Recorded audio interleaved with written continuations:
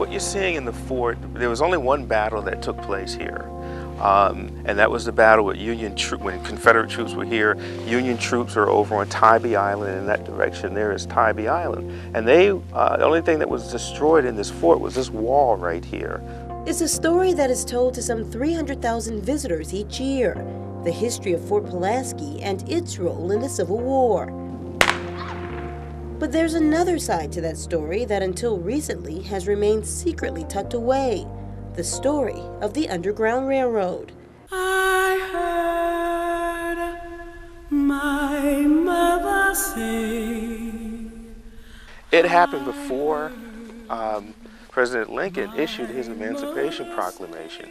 You had the first time in the South where slaves were freed on a large scale. The runaway slave law, or the future. For the past 2 years, Ranger David Underwood has passed down this account to tourists and students who visit the fort. Park Service is going around to showing and telling the entire story and being more inclusive of telling stories about what happened. Because a directive had been passed in the United States Congress which said that they wanted the Civil War battlefield parks in the national park system to relook and re-examine the role of African Americans in the Civil War, as well as the quest for African American freedom because of their involvement. So I set about looking at Fort Pulaski and what transpired there, and I found out some of the most amazing information. What did he do to make you think that? Local historian and Savannah State University humanities professor Dr. Charles Elmore began researching the fort at the request of the National Park Service, a task that took him 3 years to complete. Once Fort Pulaski was captured and the flag of truce was, was drawn on the 11th of April, 1862, give or take a day or so, that General Hunter on the 13th of April issued a special edict, an emancipation edict, which freed all of the slaves on Cockspur Island and Fort Pulaski. Good Lord,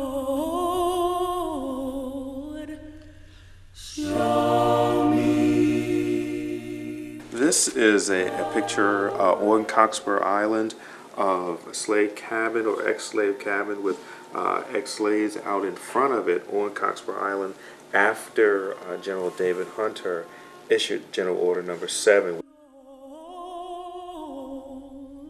And it basically said that any slaves that were free, were here, that were working on Cockspur Island here at Fort Pulaski would be freed. But he took it a step further than that and said if you could get here, you could be freed. And so that's where the history of the Underground Railroad, or the connection with the Underground Railroad at Fort Pulaski is, because now you had slaves who didn't have to take that journey through the Underground Railroad up through north and into Canada. If they could just get out here to Fort Pulaski, that they would be freed.